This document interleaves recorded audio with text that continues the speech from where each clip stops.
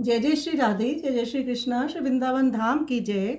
महल मदन माती अली ये और ही कहाँ माने।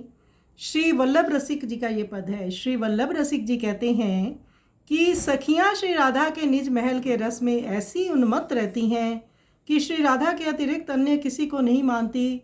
ये सखियां तो अलबेली राधा जू के नित्य ही संग में रहती हैं एवं उनके आभूषण वस्त्र आदि की अंग सेवा करती रहती हैं। इनके रस के मर्म को वेद भी नहीं जानता। ये सखियां प्रेम के अतिरिक्त अन्य किसी नियम को एक क्षण के लिए भी नहीं मानती। वह तो कुंज महल के रस में ऐसी मग्न रहती हैं कि कुंज महल को त्याग कर कभी बाहर नहीं जाती। अन्य किसी की तो गिनती ही क्या, साक्षात मनमोहन श्री कृष्ण से भी ये ऐंठ में रहती हैं।